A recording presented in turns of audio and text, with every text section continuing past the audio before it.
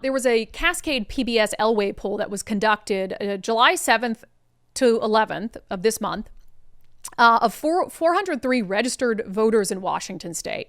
I was actually kind of surprised to see this because he was elected by a pretty good margin. Bob Ferguson was. He's been on the job now for 7 months. So these voters were asked how they think he's doing. Bob Ferguson is now the lowest rated governor in terms of favorability since 1993. And I don't know if the poll goes back any further than that. So it says, as you know, Mr. Ferguson has been governor since January. How would you rate the job he's been doing? Would you say excellent, good, only fair, poor, or no opinion on it? Only 4% say he's doing an excellent job. 4%, you guys. Even Inslee, in his first 6 months, got 7%. Even low IQ Inslee got 7%.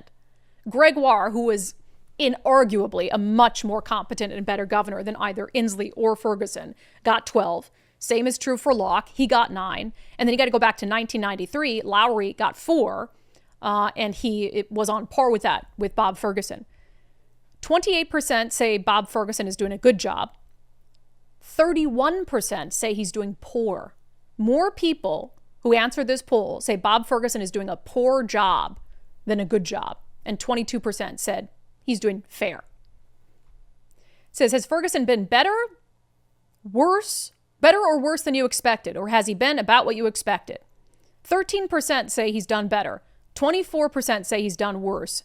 44% say, as expected. More people think he's done worse than expected than better than expected. I think that's promising. Maybe some people are starting to see through it. Here's the one that really cracked me up out of all of this. So we just talked about him fighting with Donald Trump. So one of the questions they asked is, explain your reason for your rating of Governor Ferguson and whether you think he's doing an excellent job or a poor job or whatever it is. And this was an open-ended question. So you got the positive column and the negative column. So for instance, if you said he was doing a good job or an excellent job, you listed a reason, right? And the same with people who thought he was doing a bad job. Before you put it up, I guarantee you guys can answer this. What was the number one reason given from people who think he's doing a good job?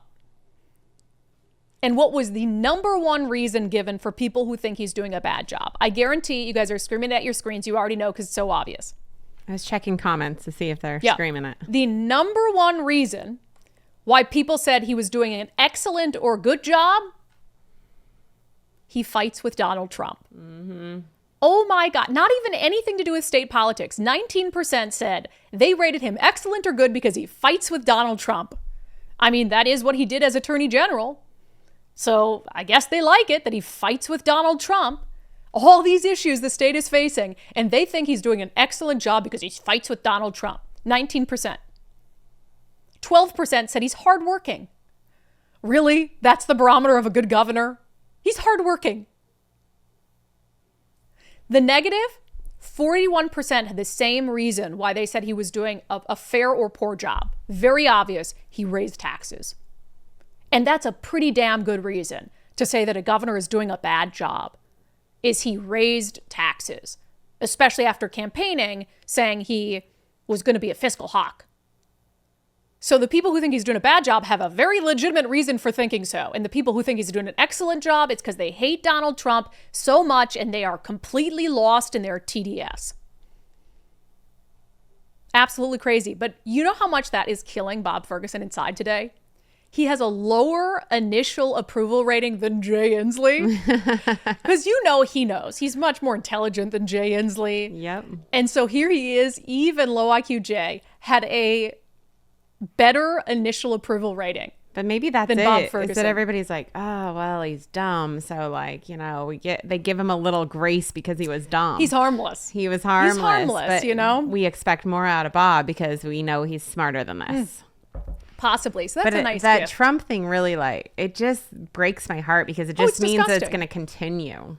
It is truly disgusting when you will prioritize hating Donald Trump over every single thing because it's working on Earth. Apparently. Right. Over crime, over homelessness, over substance abuse, over the cost of living, all of it.